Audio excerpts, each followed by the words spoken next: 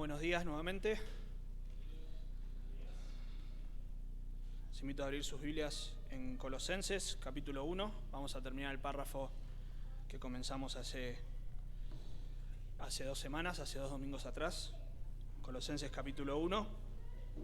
Y vamos a leer desde el versículo 24 hasta el versículo 29, aunque los versículos que vamos a tratar hoy son versículos 28 y 29.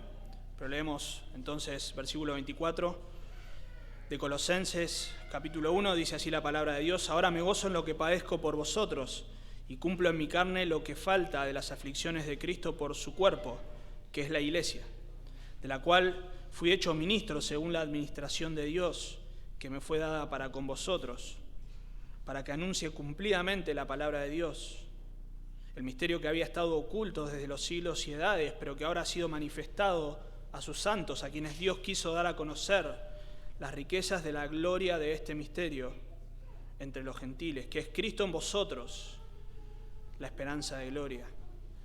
Versículo 28, a quien anunciamos, amonestando a todo hombre y enseñando a todo hombre en toda sabiduría, a fin de presentar perfecto en Cristo Jesús a todo hombre, para lo cual también trabajo luchando según la potencia de Él, la cual actúa poderosamente en mí. Oramos una vez más. Señor, te damos gracias una vez más por tu palabra. Hemos cantado conforme a ella las verdades que contiene tu palabra, Señor, el Evangelio glorioso. Señor, que solamente en Cristo está nuestra fe, nuestra esperanza. Señor, confiamos en su salvación, confiamos en su obra, confiamos en que un día Él va a volver por nosotros, y mientras tanto, mientras aguardamos, Señor, confiamos en que su poder nos sostiene. Como acabamos de cantar, Señor, en su poder seremos sostenidos, Señor. Así que te damos gracias y pedimos que ahora tu palabra, Señor, cale hondo en nuestros corazones, impacte nuestras vidas, abra nuestros ojos, sensibilice, Señor, el corazón que muchas veces se endurece, y podamos ser una iglesia, Señor, que obedece tu palabra, que vive según tu palabra y no solamente que conoce conceptos de tu palabra. Te lo pedimos, Señor, en Cristo Jesús. Amén. Bueno, como vimos hace 2 domingos, Pablo está hablando del ministerio y hemos hablado de un ministerio que es definido por Dios. Dios es quien define el ministerio. Pero una pregunta que nos surge, y a raíz de este texto vamos a responder, es: ¿qué lugar ocupa Cristo en el ministerio? ¿Qué lugar ocupa Cristo en una iglesia? Y a menudo vemos iglesias que se denominan cristianas o evangélicas, en las cuales quizá en los carteles que se suelen poner enfrente de las iglesias dicen cristiana evangélica, iglesia cristiana, o alguna referencia a Cristo, alguna cruz, o algo que las identifica con Cristo. Entonces, las iglesias se suelen identificar con Cristo, pero en muchas ocasiones esa identificación no se corresponde con lo que vive y con lo que practica la iglesia, con lo que predica la iglesia. Quizás Cristo ocupa un lugar central en el cartel, en la fachada de la iglesia, pero no en la iglesia. Quizás los mensajes que se predican en las iglesias incluyen las palabras Dios, Jesús, cruz, salvación, pero el mensaje que predican realmente no es el mensaje del Evangelio en muchos casos. Aún mencionando todas estas palabras, Dios, Jesús, cruz, pero el mensaje que se predica muchas veces no es el mensaje del Evangelio. Tal vez se usa el nombre de Cristo, se pretende predicar a Cristo, pero muchas veces, por ejemplo, los propósitos por los cuales se hacen no son los adecuados. Quizá se pretende buscar un cambio moral, una conducta religiosa que se amolde a lo que la palabra de Dios dice, pero solo la conducta. Pero eso no es el Evangelio, no es el propósito del Evangelio, no es el propósito del ministerio que Dios ha revelado.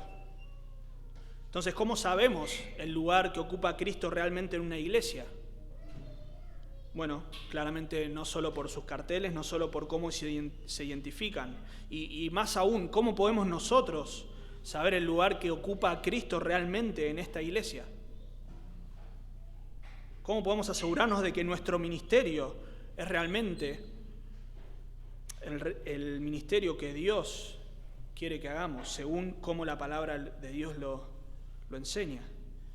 Bueno, vamos a ver en estos dos versículos algo más acerca del ministerio, y es que el ministerio bíblico es un ministerio cristocéntrico. El ministerio bíblico, el ministerio cristiano es un ministerio cristocéntrico. Vamos a ver en estos dos versículos 3 elementos que componen un ministerio cristocéntrico. Son 3 elementos que componen un ministerio cristocéntrico y 3 elementos que es necesario que estén, ¿no? No es que pueda haber uno y el otro no. No podemos elegir cuál de los 3 elementos agregar a nuestro ministerio, sino que los 3 elementos necesariamente tienen que estar en una iglesia para que se considere, o en un ministerio para que se considere cristocéntrico. Desde ya les comento que la estructura esta la he tomado prestada de otro lugar. Quizá no exactamente así, pero quise modificarlo un poco para no hacer plagio, pero la realidad es que tampoco vamos a inventar la rueda 2 veces, así que lo vamos a usar tal cual como lo he visto. Y en primer lugar vamos a ver que el primer elemento que tiene que estar sí o sí, es necesario que esté en un ministerio para que sea cristocéntrico, para que sea bíblico, es que Cristo debe ser el mensaje. O sea, Cristo es el mensaje del ministerio. Es el primer elemento. Cristo es el mensaje del ministerio. Versículo 28, ¿a quién anunciamos? ¿A quién anunciamos? Bueno, ahí hay un nosotros en realidad, que está incluido en la primera persona del plural. A quien nosotros anunciamos sería. Y si ustedes recuerdan, en el versículo 24 Pablo está hablando de su ministerio. Ahora me gozo en lo que padezco yo, Pablo. Entonces Pablo está hablando de su ministerio específicamente, el ministerio que Dios le había encomendado a él, de llevar el evangelio a los gentiles, de dar a conocer este misterio que es Cristo en la iglesia, Cristo en los gentiles. Pero ahora Pablo va a incluir a otras personas, por eso en versículo 28 dice a quien nosotros anunciamos, ya no solo él, sino nosotros. ¿Quién es este nosotros? O sea, ¿quién incluye a este nosotros? Bueno, en versículo 1 vimos que Pablo escribe junto a Timoteo. No es que Timoteo escribió la carta, sino que él estaba con Pablo y se lo incluye en el grupo de los hermanos que estaba ahí con Pablo. Y más adelante, en capítulo 4, va a hablar de Epafras. Bueno, ya había hablado en realidad de Epafras. Entonces podemos decir que este nosotros incluye en realidad a todos los misioneros o los obreros que estaban junto a Pablo. Incluye a Tíquico también, bueno, a todos los que estaban con él, ¿no? Y en este punto es necesario aclarar que si bien estas tareas que vamos a ver hoy son principalmente para los pastores, esta es la tarea principal de los pastores, en realidad son tareas que todo hijo de Dios debe hacer.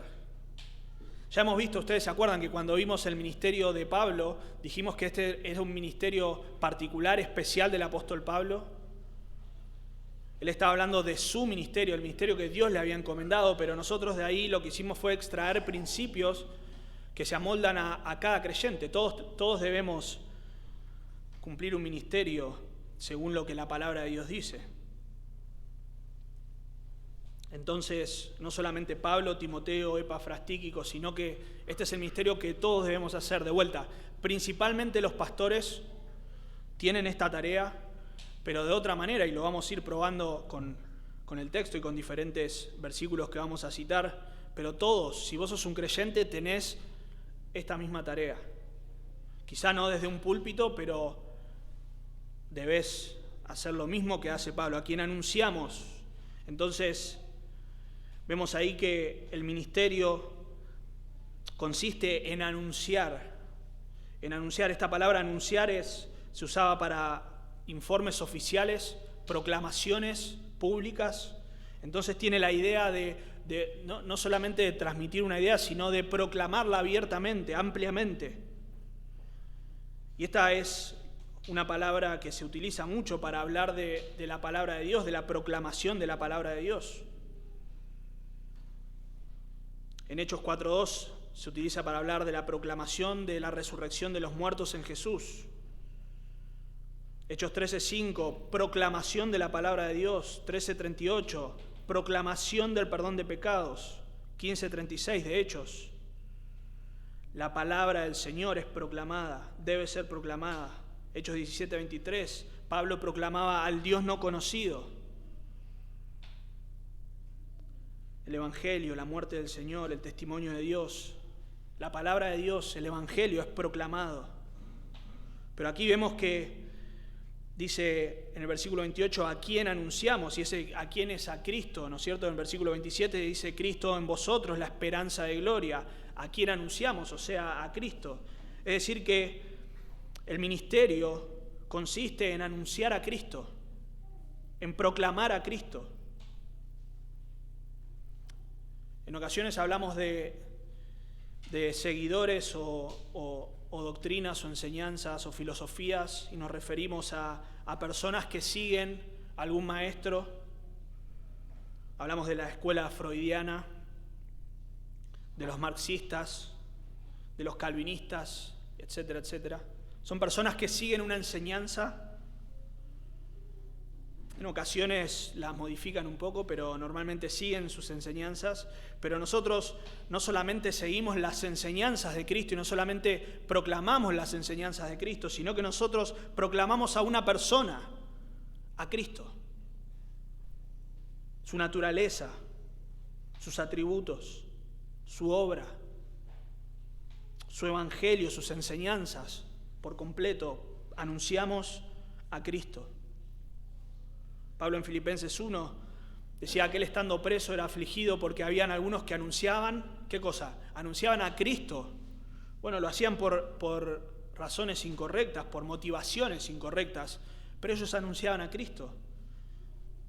Por eso en versículo 18 dice que pues, que no obstante, de todas maneras o por pretexto o por verdad, Cristo es anunciado. Y en eso me gozo y me gozaré aún. Que lo hagan por los motivos que quieran, pero Cristo es anunciado. Ahí el tiempo presente del verbo anunciamos es algo que hacían constantemente. Y esto tiene varias implicaciones, pero quizá lo que más podemos rescatar es que el anunciar a Cristo no es solamente para una etapa del ministerio, no solamente para la fundación de una iglesia, no es solamente para el comienzo de un discipulado. Cristo se anuncia en todo momento, en todo momento. Cristo es anunciado. Ahora, cuando hablamos de un ministerio cristocéntrico y de anunciar a Cristo, y tenemos que tener cuidado con una cosa y pensar que anunciar a Cristo o predicar de Cristo siempre quiere decir que nosotros podemos abrir cualquier libro de la Biblia y encontrar en cualquier versículo que Cristo está presente, como suele decir Mati a veces, abajo de las piedras, por ejemplo. Que nosotros podemos agarrar un versículo y torcerlo y decir que, bueno, esto representa a Cristo porque, bueno, tenemos que tener cuidado. Donde la palabra de Dios dice que está Cristo prefigurado, bueno, lo podemos tomar obviamente, pero no podemos andar viendo a Cristo Hay algunos que hacen eso, ¿no? Que ven, por ejemplo, en el tabernáculo o en el templo que la cadenita que representa la no sé qué de Cristo y que la cortina medía tantos metros porque Cristo caminó tantos metros. Bueno, eso es ver a Cristo en todos lados, pero todo apunta a Cristo. Ese es el punto. Todo apunta a Cristo. Así que un ministerio cristocéntrico anuncia a Cristo. ¿Y de qué manera? Pablo dice ahí, usa dos participios para decirnos cómo anuncia a Cristo. ¿Cómo se anuncia a Cristo? En primer lugar, amonestando a todo hombre. Amonestando a todo hombre. Ahora, ese a todo hombre lo vemos 3 veces acá en el texto. Es enfático ahí, a todo hombre, a todo hombre. Y esto quiere decir, ¿se acuerdan ustedes que el ministerio de Pablo era, ¿qué cosa? Anunciar el misterio revelado que era Cristo en vosotros, en la iglesia, en los gentiles. Ese pueblo nuevo que era compuesto de gentiles y judíos, donde ya la pared intermedia había sido derribada. Entonces ahora Cristo es anunciado, y es anunciado no solamente a los judíos, sino también a los gentiles. Por eso es que Pablo anuncia a todo hombre, judíos, gentiles, griegos, paganos, a todo hombre. Y eso lo vemos cuando Pablo escribe a las iglesias. En ocasiones escribe a iglesias que son compuestas por judíos y gentiles, en otras quizá hay más judíos, en otras, como quizá aquí en Colosense eran la mayoría gentiles, anuncia a todo hombre. Claro, su ministerio específicamente era hacia los gentiles, pero era en realidad la iglesia de Dios, judíos y gentiles. Esta palabra ahí, amonestar,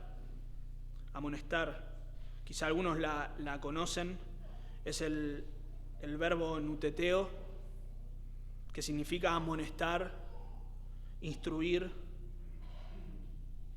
Literalmente es colocar en la mente. Tiene esta idea de exhortar, de advertir. Es una palabra que es muy rica en su significado. Mediante la amonestación lo que se pretende es la conformación de la persona a la que se amonesta, a la imagen de Cristo. Ese es el propósito de la amonestación.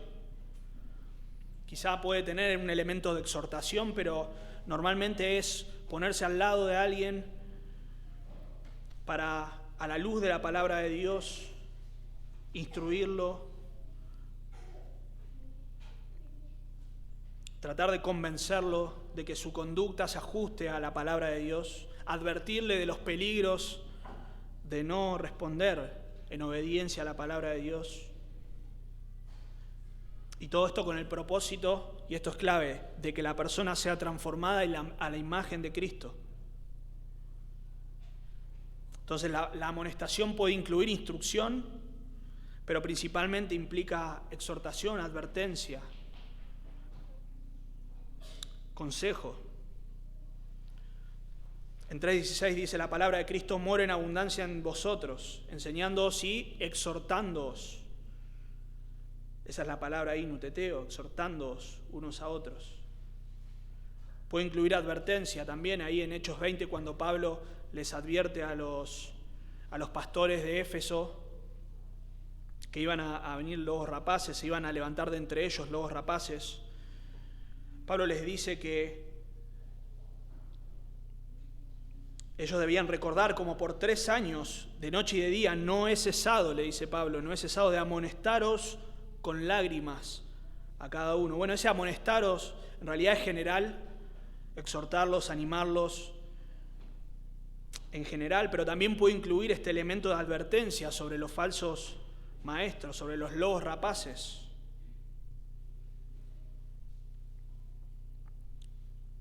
Pero hay un elemento que es fundamental en la amonestación, que es clave, y es el corazón con la que se debe amonestar. Esta palabra incluye este sentido de amonestación con un corazón amoroso. Aun pensando cuando nosotros debemos reprender a alguien, debemos hacerlo con un corazón amoroso, debe nacer de un corazón amoroso. Nuestra motivación no es destruir a la persona, sino ganarla, que sea transformada a la imagen de Cristo. Y normalmente cuando Pablo utiliza esta palabra, lo hace con esta connotación, con una connotación amorosa. Por ejemplo, en Hechos 20:31 que acabamos de leer, dice que no he cesado de amonestaros ¿con qué? Con lágrimas. Con lágrimas.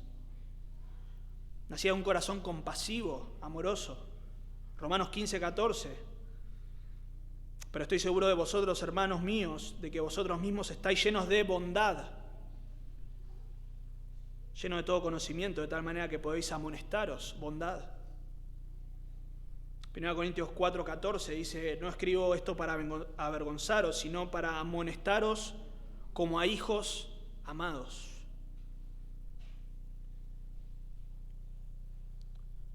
Segunda Tesalonicenses 3:15: mas no los tengáis por enemigos, sino amonestarle como a hermanos. Como hermanos. Entonces, la amonestación proviene de un corazón amoroso. Quiere ganar al hermano, quiere que el hermano sea transformado a la imagen de Cristo. Así que en el ministerio nosotros debemos tener este tipo de amonestación amorosa. No podemos ir por ahí denunciando pecados o siendo fríos a la hora de tratar con un hermano y decir: bueno, yo voy a hablar con fulanito, pero más vale que me escuche, porque si no, ya no le hablo más. Si no, que se quede en su pecado y ya está. No, nosotros debemos ir con amor, tratando de ganar al hermano, tratar de amonestarle con la enseñanza bíblica. Y esto normalmente se hace cuando una persona está en pecado y tiene una conducta que es contraria a la palabra de Dios, y nosotros debemos amonestarle, debemos mostrarle con la palabra de Dios que su conducta es pecaminosa. Debemos enseñarle con amor y advertirle de las consecuencias de continuar con esa conducta. Que eso que él está haciendo no se amolda, no se conforma a la imagen de Cristo. Ahora, el ministerio de amonestar se hace en un sentido, se hace desde el púlpito, desde aquí los domingos, pero principalmente este ministerio de amonestar se hace uno a uno, persona a persona. Y esto es lo que vemos cuando analizamos los textos en los que aparece esta palabra. Versículo 16, capítulo 3, dijimos que la palabra de Cristo muere en abundancia en vosotros, exhortándoos, enseñándoos y exhortándoos unos a otros. No el pastor para con la iglesia, sino unos a otros. 1 Tesalonicenses 5:14, también os rogamos, hermanos, que amonestéis. ¿Quiénes? Los hermanos deben amonestar a los ociosos. Y podríamos seguir citando textos, pero claramente el amonestar es parte de la vida de la iglesia. Los hermanos deben amonestarse unos a otros. Entonces, es la tarea principal del pastor, o principalmente es tarea del pastor, pero también de toda la congregación, de todos los hermanos. En 1 Tesalonicenses 5, que acabamos de leer, dice en versículo 12: os rogamos, hermanos, que reconozcáis a los que trabajan entre vosotros y os presiden en el Señor y os amonestan. Entonces, principalmente los que presiden, los que trabajan, los ministros del Evangelio son los que amonestan, pero también el resto de la congregación. Así que el ministerio pastoral, el ministerio bíblico, un ministerio cristocéntrico, debe anunciar a Cristo mediante la amonestación. Esa es una manera de anunciar a Cristo. ¿Por qué? ¿Por qué anunciamos a Cristo? Porque Cristo vino a este mundo a hacer ¿qué cosa? A salvarnos, a limpiar nuestros pecados, a transformarnos. Y el proceso de transformación es para ser a la imagen de Cristo. Entonces Dios nos salva, Dios nos da un nuevo corazón para que nosotros seamos transformados a la imagen de Cristo, y mediante la amonestación es una de las maneras en que nosotros somos transformados a la imagen de Cristo. Cristo es anunciado mediante la amonestación y somos transformados a la imagen de Cristo, pero no es la única manera. Versículo 28 dice: amonestando a todo hombre y enseñando a todo hombre, enseñanza de la palabra. Esta palabra enseñar habla de transmitir conocimiento. El sustantivo que se utiliza para enseñanza normalmente habla del cuerpo de doctrina. Cuando se usa en singular, enseñanza o doctrina, normalmente se refiere al cuerpo de enseñanzas y de doctrinas que contiene la palabra de Dios como una unidad, la doctrina bíblica. Cuando se usa en plural, normalmente habla de falsas enseñanzas, de diversas enseñanzas y falsas. Pero entonces el ministerio de anunciar a Cristo es por medio de la amonestación, persona a persona, pero también por medio de la enseñanza.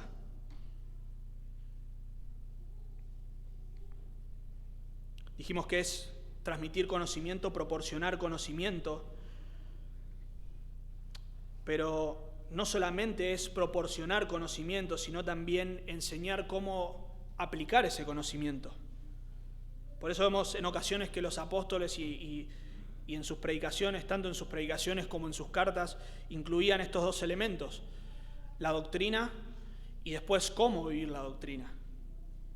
Quizá un ejemplo o dos de los ejemplos más claros es la carta de Efesios y la carta de Romanos, donde la primera sección, los primeros capítulos, en Romanos en realidad son los primeros 11 capítulos de 16, los primeros capítulos hay doctrina, doctrina, doctrina y después aplicación, cómo vivir conforme a lo que hemos aprendido.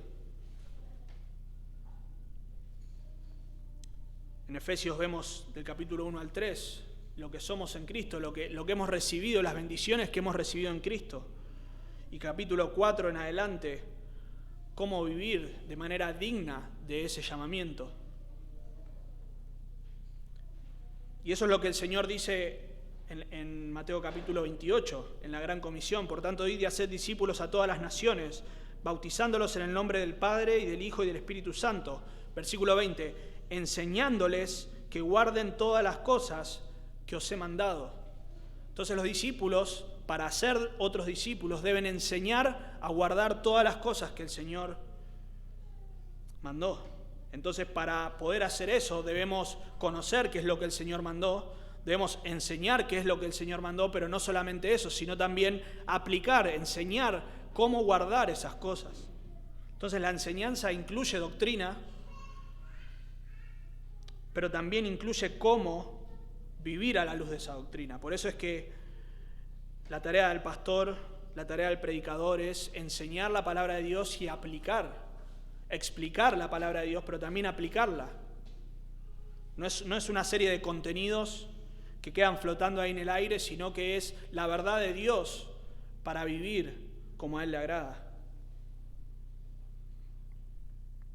Es muy interesante que esta palabra, este verbo de enseñar, se usa más de la mitad de las veces para hablar de Cristo, del ministerio de Cristo, que es lo que Cristo hacía, enseñaba.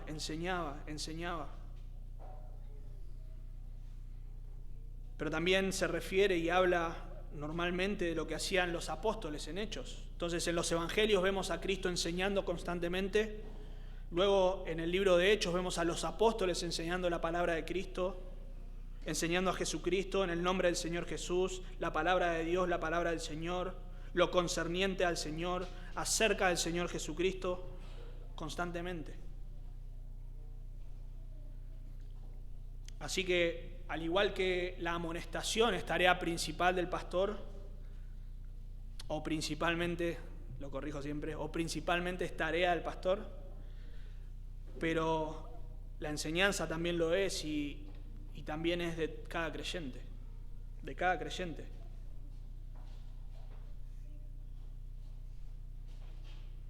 Ahora, es enfático, la verdad que cuando nosotros vemos y vemos en las cartas pastorales sobre todo, y en 1 Timoteo, 2 Timoteo, cómo el pastor debe enseñar, debe exhortar, debe predicar la palabra de Dios, y esto se ve en el ámbito de la iglesia local, así que podemos decir que la predicación dominical tiene un lugar central en la enseñanza de la iglesia. Tiene un lugar central en la enseñanza de la iglesia. Pablo le dice a Timoteo, esto manda y enseña. Entre tanto que hoy ocúpate de la lectura, la exhortación y la enseñanza.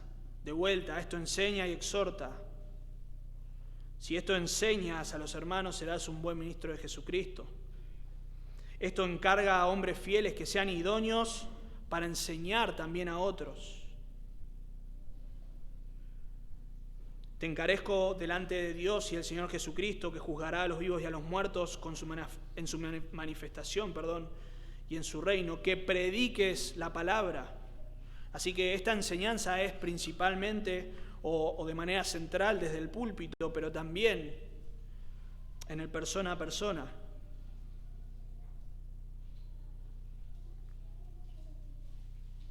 Así que dijimos que la predicación, la enseñanza de la palabra de Dios es principalmente tarea del pastor, pero también de cada creyente. Todos debemos enseñar.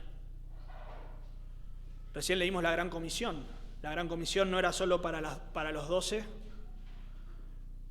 no era solo para la iglesia primitiva, no era solo o no es solo algo para la iglesia como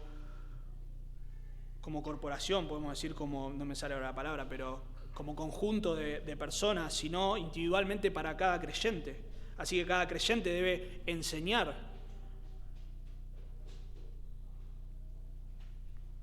Eso no quiere decir, obviamente, que cada creyente debe tomar un rol de enseñanza en la iglesia, en el sentido de que debe pararse en el púlpito a enseñar, pero si sos creyente debes hacer discípulos, y si sos un creyente que hace discípulos, debes enseñar.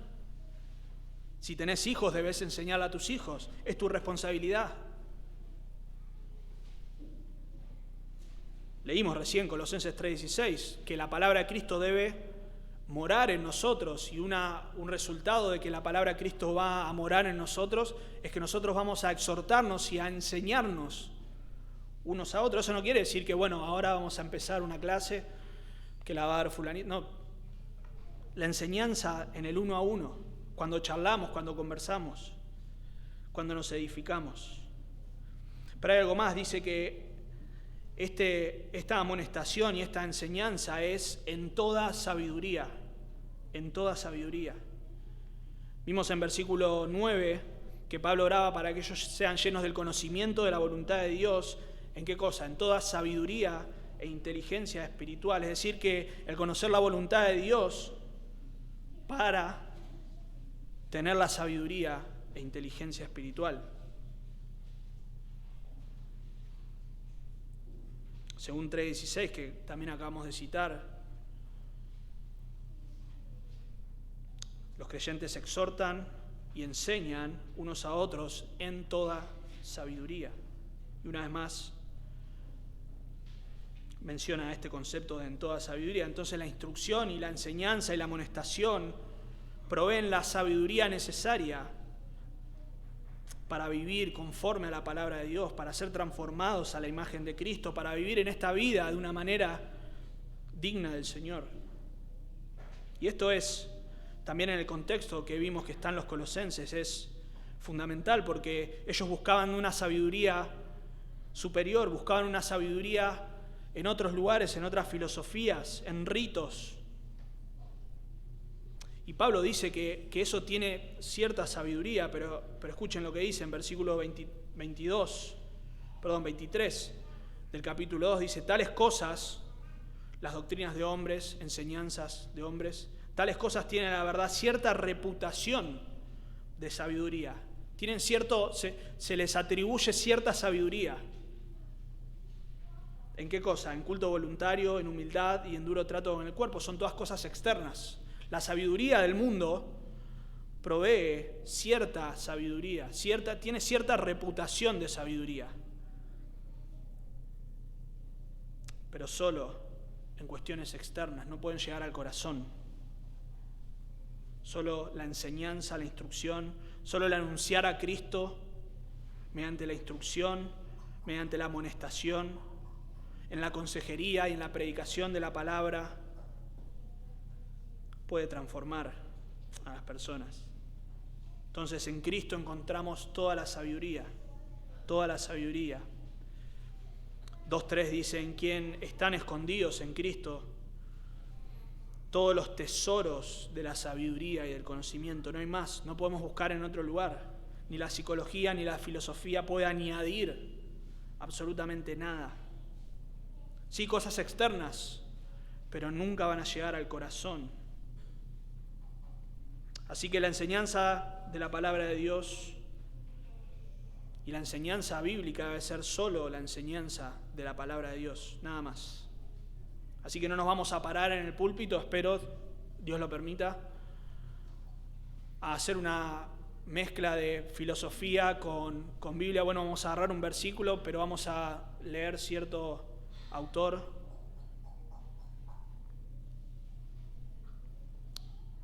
Es la palabra de Dios. Muchas veces escuchamos frases muy lindas, pero que no provienen de la palabra de Dios. Nos quedamos maravillados. ¿Qué frase tan sensata, pero no provienen de la palabra de Dios. La enseñanza demanda preparación. Debemos prepararnos. Todos debemos enseñar, y en ese sentido no es que hay que hacer un doctorado para poder hacer discípulos, pero al mismo tiempo todos debemos prepararnos. Todos debemos prepararnos. No hay excusa. Quizá no podés venir al seminario, está bien, pero podés estudiar la palabra de Dios en tu casa. Podés pedirle a alguien, si no esperes a que venga alguien y te diga, vení, vamos a estudiar la Biblia. Si necesitas ayuda, podés pedirla. Y esperemos que haya hermanos, y estoy seguro de que los hay, hermanos muy dispuestos a hacerlo. La instrucción debe ser siempre acorde a la enseñanza bíblica. Lo mismo la amonestación. No podemos amonestar aparte de la enseñanza de la palabra de Dios, y de vuelta todos debemos enseñar y amonestar. Todos debemos hacerlo. Debemos examinar cómo nos acercamos a amonestar a un hermano, con qué corazón. Si lo que estamos persiguiendo es que sea transformado a la imagen de Cristo, o según nuestro propio concepto. Y antes de avanzar, no podemos relegar la enseñanza y la amonestación al pastor solamente. Digo al pastor porque en esta iglesia tenemos uno solo, pero si el día de mañana hay más, a los pastores, a los líderes, a los maestros, no podemos relegarla. La palabra de Dios no nos permite hacer eso. No nos permite. Claro, ellos van a rendir cuentas, seguro, van a rendir cuentas. Y los maestros van a rendir cuentas, pero los padres van a rendir cuenta también delante de Dios. Dios no le va a preguntar qué hizo el pastor con sus hijos. Dios no nos va a preguntar qué hicimos nosotros o qué hizo el pastor con toda la iglesia. También va a pedir cuenta a nosotros. O sea, en un sentido sí le va a pedir cuenta al pastor, pero en otro sentido también nosotros tenemos la responsabilidad como hermanos de enseñarnos y amonestarnos. Así que el primer elemento es mensaje cristocéntrico. Cristo es el mensaje. El segundo elemento que vamos a ver es que Cristo es la meta del ministerio. No solamente es el mensaje, sino también es la meta. Fíjense ahí, continúa diciendo: a quien anunciamos, amonestando a todo hombre y enseñando a todo hombre en toda sabiduría, a fin de presentar perfecto en Cristo Jesús a todo hombre, a fin. Hay una conjunción ahí de propósito. Con el propósito, hacemos esto con el propósito de presentar perfecto en Cristo Jesús a todo hombre. Esa palabra ahí, presentar, puede tener diferentes connotaciones. Literalmente es colocar al lado o poner en pie al lado de. Puede tener la connotación solamente de estar presente, de una persona que está presente. Puede tener la connotación de presentar algo poniéndolo a disposición, como dice en Romanos 6, que nosotros no debemos presentar nuestros miembros al pecado, sino que debemos presentarnos nosotros mismos a Dios. Es decir, presentar algo, traerlo para ponerlo a disposición, como cuando nosotros presentamos nuestros cuerpos en el pecado, lo estamos diciendo, bueno, nuestros miembros están a disposición, a servicio del pecado. Puede tener la connotación de presentar para rendir cuentas. Ahí cuando dice que todos compareceremos ante el tribunal de Cristo, ese comparecer es esta misma palabra, presentar. Todos vamos a rendir cuentas delante del Señor. Pero la connotación aquí en realidad es de presentar algo o a alguien. Aquí sería alguien en realidad. Presentar a algo o a alguien para ser entregado, es decir, para darlo. En ocasiones tiene la connotación de ofrenda también, pero en este caso es para presentarlo, para ser entregado. Eso es lo que hicieron los padres de Jesús. En Lucas 2:22, cuando se cumplieron los días de la purificación de ellos, conforme a la ley de Moisés, le trajeron a Jerusalén para presentarle al Señor. Y este concepto de presentar muchas veces está ligado al concepto de preparación también. O sea, no solamente traerlo y presentarlo, sino prepararlo para ser presentado. Y esta es la imagen de lo que Cristo hizo y hace con su iglesia. Y por eso es muy interesante que Pablo tome esta imagen de lo que Cristo y solo Cristo puede hacer por su iglesia. Solo Cristo puede purificarla, santificarla, como dice Efesios capítulo 5, para presentársela a sí mismo. Así que Pablo utiliza esta imagen, adopta esta imagen, pero con una leve modificación, y es que obviamente Pablo no puede purificar, Pablo no tiene el poder, ni nadie, ni ninguno de nosotros tiene el poder para santificar a la iglesia, para purificarla. En 2 Corintios capítulo 11, versículo 2 dice: porque os celo con el celo de Dios, pues os he desposado con un solo esposo, para presentaros, como una virgen pura a Cristo. Es decir, ahí lo que Pablo está haciendo es, Pablo está tratando de preservar a los hermanos, tratando de prevenirles de los falsos apóstoles, de sus conductas pecaminosas, con el fin de que ellos sean conservados puros. Pero Pablo no tiene el poder de purificar a la iglesia. Pablo no tiene el poder de quitar ni un solo pecado de la iglesia. Los puede trabajar para resguardarlos, pero no puede purificarlos. Entonces Cristo es quien purifica y santifica a su iglesia, y esto es para presentársela Él mismo como una novia pura. Y esta es la idea, y esta es la imagen de una novia que es purificada, que es santificada para ser presentada ante el altar al novio. Así que el ministerio de Pablo consistía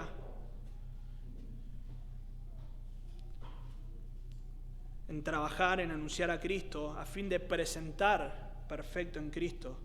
Ese presentar también tiene una connotación escatológica, es en el día de Cristo poder presentar a la iglesia, específicamente aquí a los colosenses, pero es a todo hombre, presentar perfecto en Cristo a todo hombre.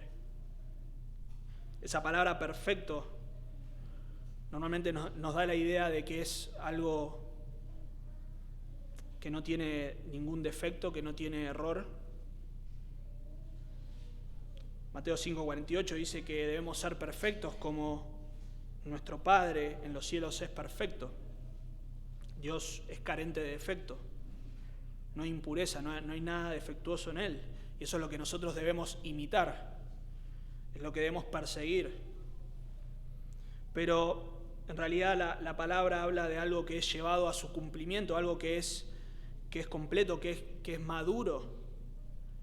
Y es normalmente, se usa de varias maneras, ¿no? Pero es uno de los usos y aquí está hablando de madurez,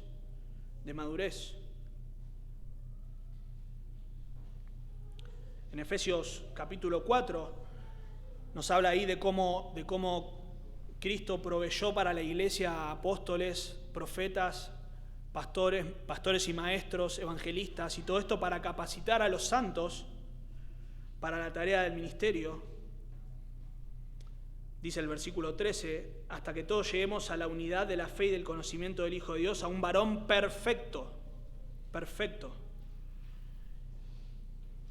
Pero nos aclara qué es esto de perfecto, porque dice en versículo 14, para que ya no seamos niños fluctuantes, no dice para que ya no tengamos pecado.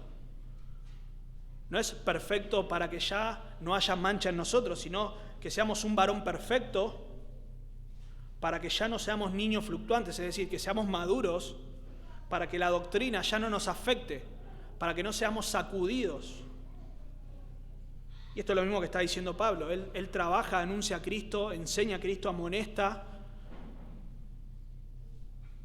a sus hermanos para que ellos sean maduros, para que sean presentados maduros, para que en el día de Cristo no pueda decir, esta iglesia es una iglesia inmadura, que ha sido azotada por todo tipo de doctrina, por todo tipo de filosofía, por todo tipo de enseñanza, por todo tipo de enseñanza de la psicología, de las doctrinas de hombres. Es una iglesia madura.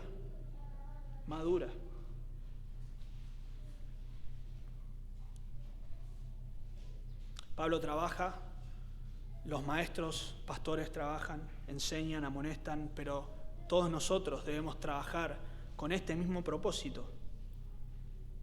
De hecho, el texto que acabamos de mencionar, Efesios capítulo 4, no enfatiza el hecho de que los pastores trabajan, sino que enfatiza el hecho de que los pastores, antes los apóstoles y profetas, pero también ahora pastores.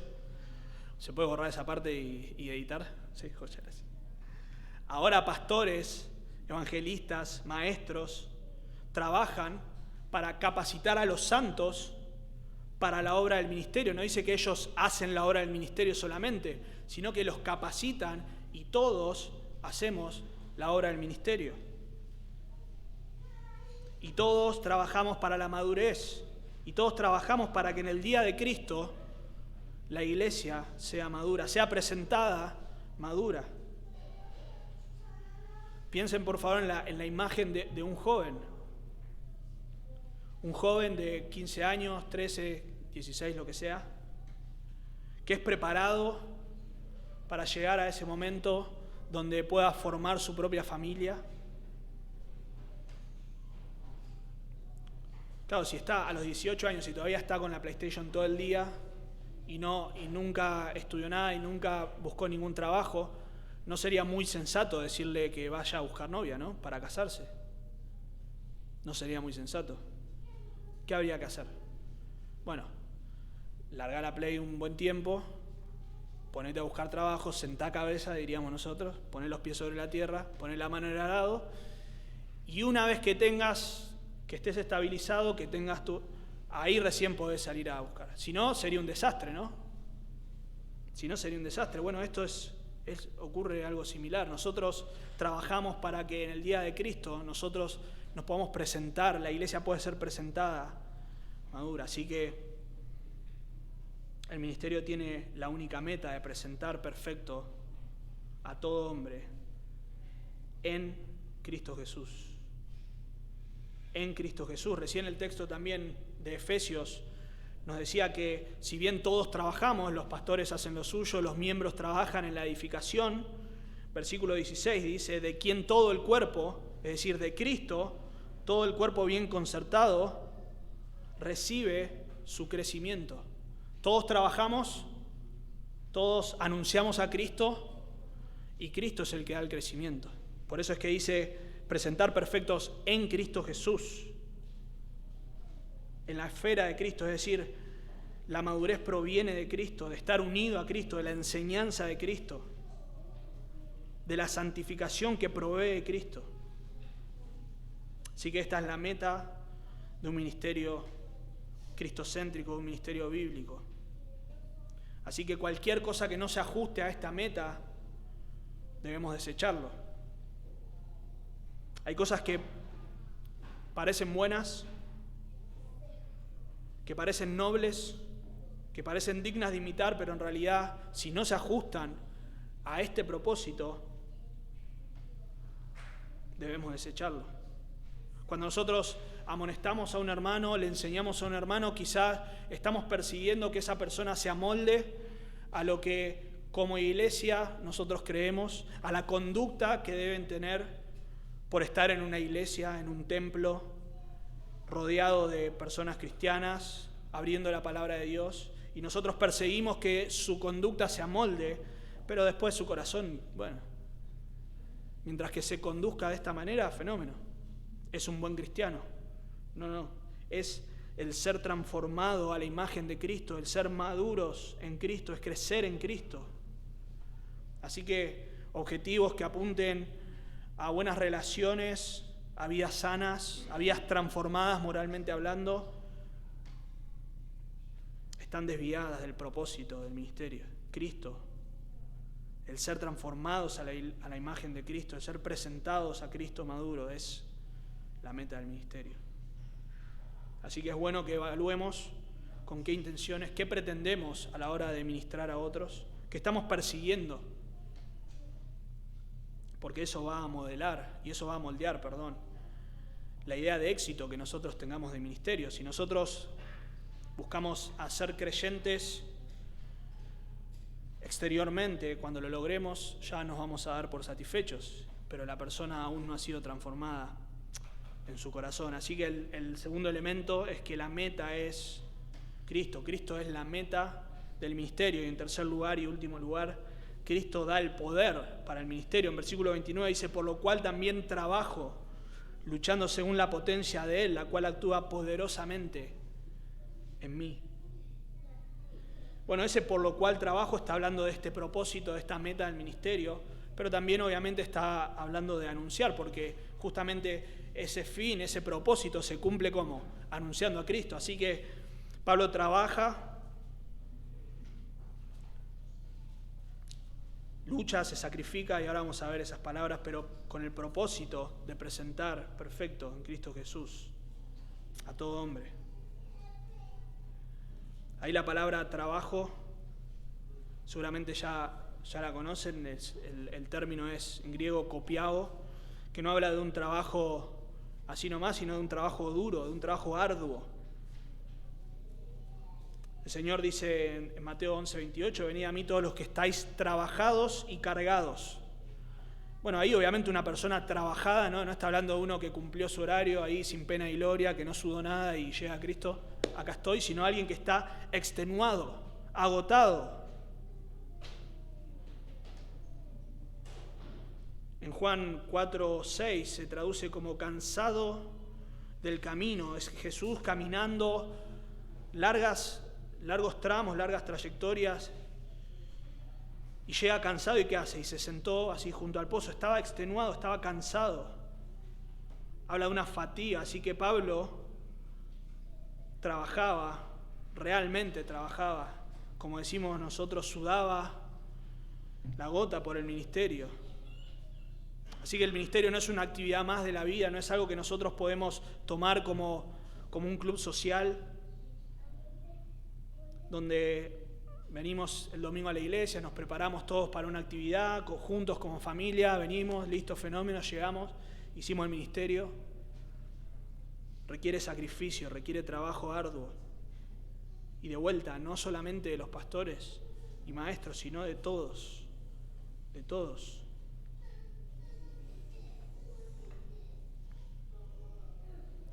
Es el deber del pastor, pero es el deber de todos. Debemos trabajar, esforzarnos en el ministerio.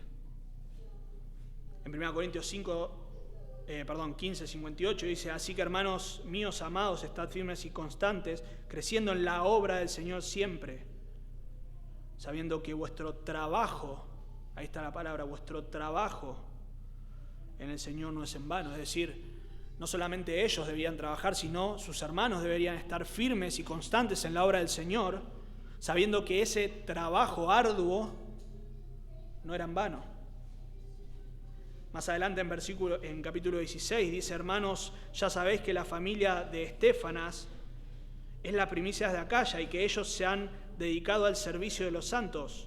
Os ruego que os sujetéis a personas como ellos y a todos los que ayudan y trabajan. No solo a los pastores. Esta familia ayudaba constantemente y trabajaba en el ministerio. Romanos 16:6, saludad a María, la cual trabaja mucho. María trabaja mucho entre vosotros. Así que, y podríamos seguir citando textos donde las personas, no solo, bueno, los pastores también son personas, ¿no? Pero donde los hermanos trabajan arduamente por el ministerio. No hay excepciones, no hay categorías, no hay rangos en los que unos deben trabajar y los otros somos consumidores. Todos trabajamos, y este tipo de trabajo es extenuante, agotador.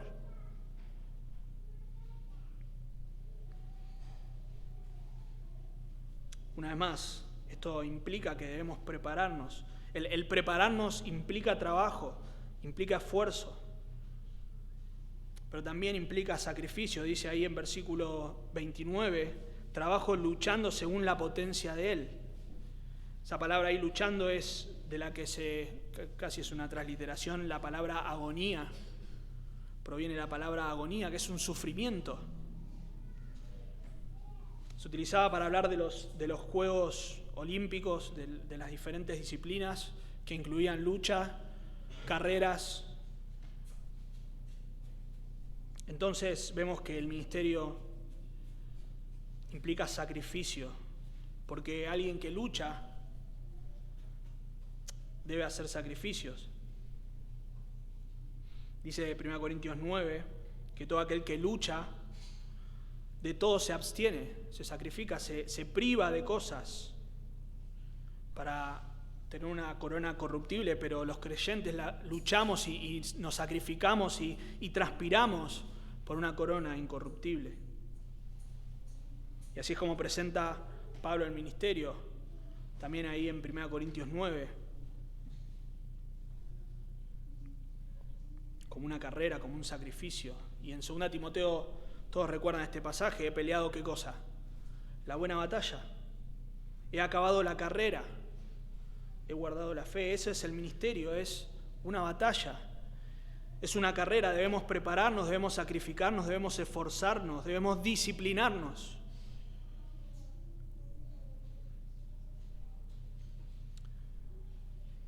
El autor de Hebreos nos dice, por tanto, nosotros también, teniendo en derredor nuestro tan grande nube de testigos, despojémonos de todo peso y del pecado que nos asedia y corramos con paciencia la carrera que tenemos por delante. Ahí debemos despojarnos del pecado, pero no solamente del pecado, sino de cualquier tipo de peso, de cualquier cosa que obstruya nuestro trabajo en el ministerio. Pueden ser cosas pecaminosas y pueden ser cosas que en sí no sean pecaminosas. Quizá pasar una tarde con tu familia en el parque o lo que sea no sea algo pecaminoso en sí, pero si ese día tenés que discipular a alguien o tenés que tener tal ministerio, vas a relegar eso y muchos de ustedes lo hacen. Quizá no podés asistir a eventos familiares o con amigos, quizá no podés practicar alguna disciplina deportiva que te gusta o hacer otro tipo de actividades porque estás apartando tiempo para prepararte, tiempo para discipular a alguien, tiempo para venir a hacer algún ministerio aquí en la iglesia propiamente dicho. Requiere sacrificio. Pero Pablo dice algo más y ya vamos terminando en un momento. Es que si bien él trabajaba arduamente, si bien él se sacrificaba, no era el poder de él para hacer el ministerio.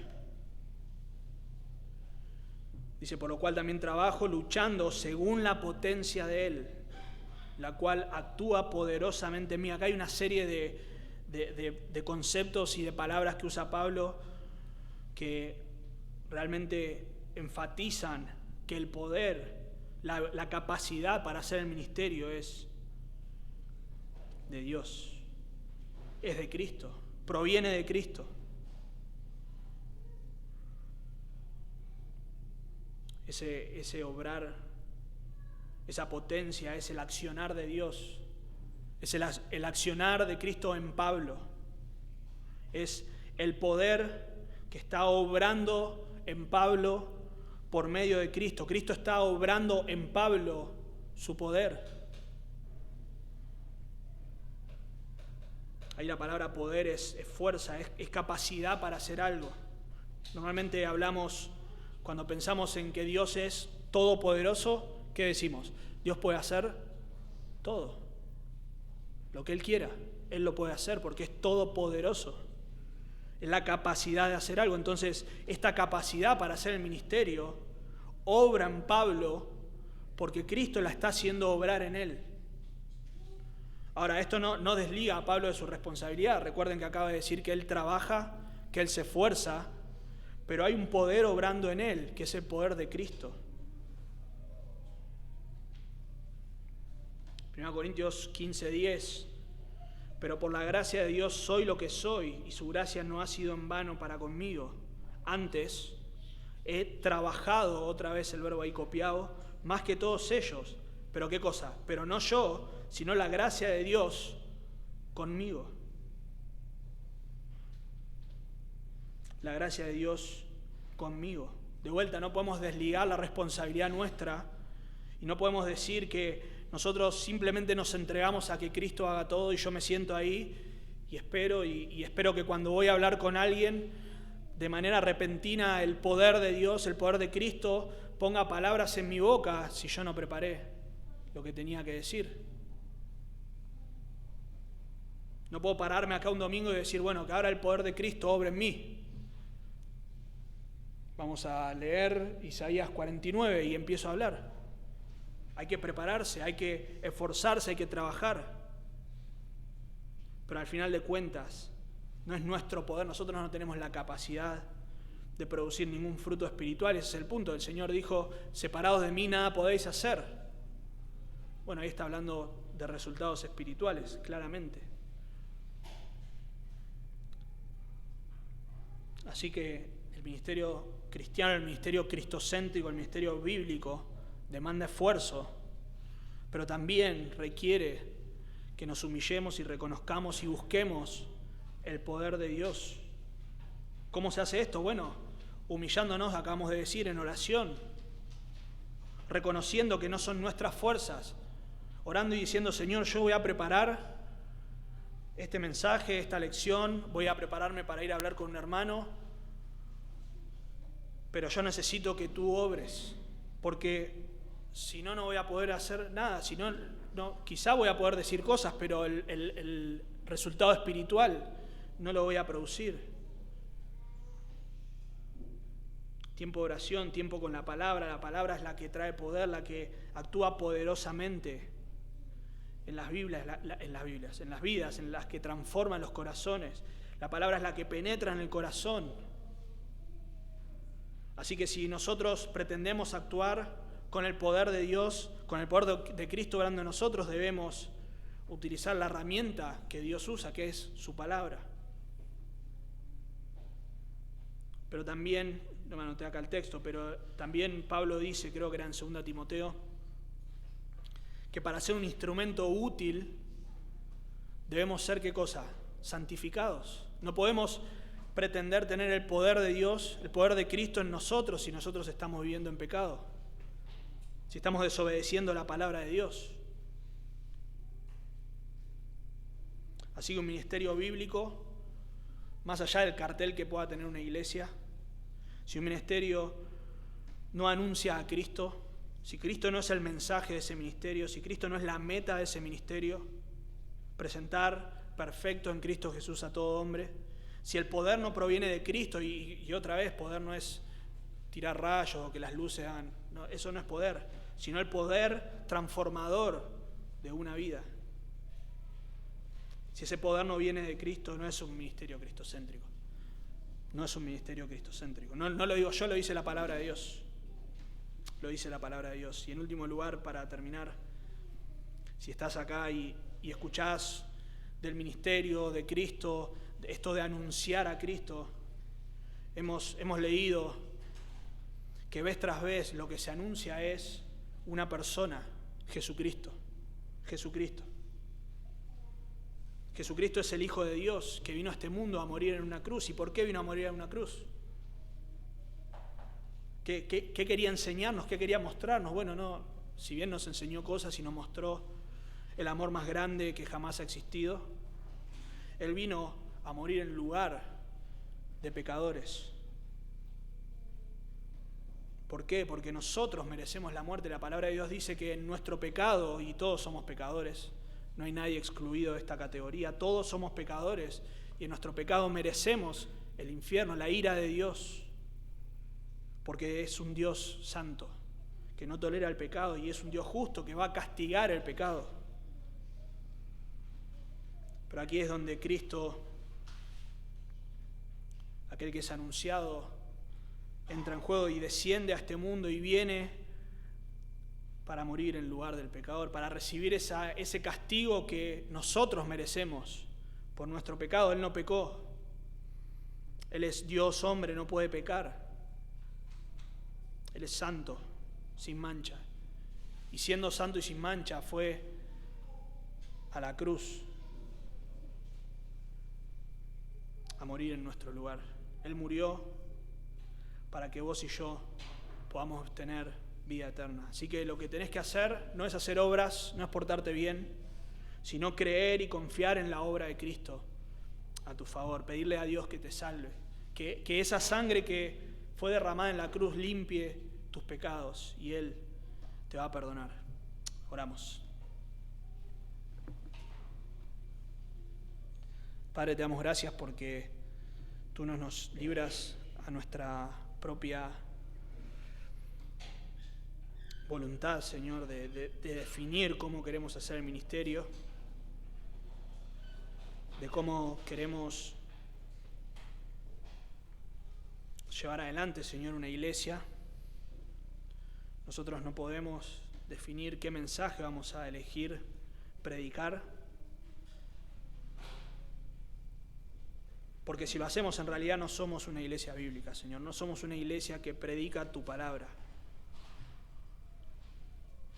Haríamos bien, Señor, en quitar cualquier identificación y cualquier cartel si no predicamos a Cristo, si no lo hacemos para presentar a Cristo a todo hombre y si no lo hacemos en el poder de Cristo, Señor. Ayúdanos a entender como iglesia, Señor, que una vez más no es la tarea que solo hace el pastor, sino que es algo que tú demandas de cada uno de nosotros. Que el esfuerzo y el sacrificio para presentar, para anunciar a Cristo no es algo del pastor solamente, sino de cada uno de nosotros. Confrontar nuestros corazones, Señor, con nuestra pereza, con nuestra comodidad espiritual, con nuestra arrogancia, Señor. Humillarnos para mostrarnos a Cristo, para mostrarnos tu gracia. Y que una vez ahí humillados, Señor, podamos echar mano de los recursos, Señor, que tú das, que es la palabra santa de Dios. El poder de Cristo, Señor, disponible para todo creyente. Te lo pedimos en Cristo Jesús. Amén.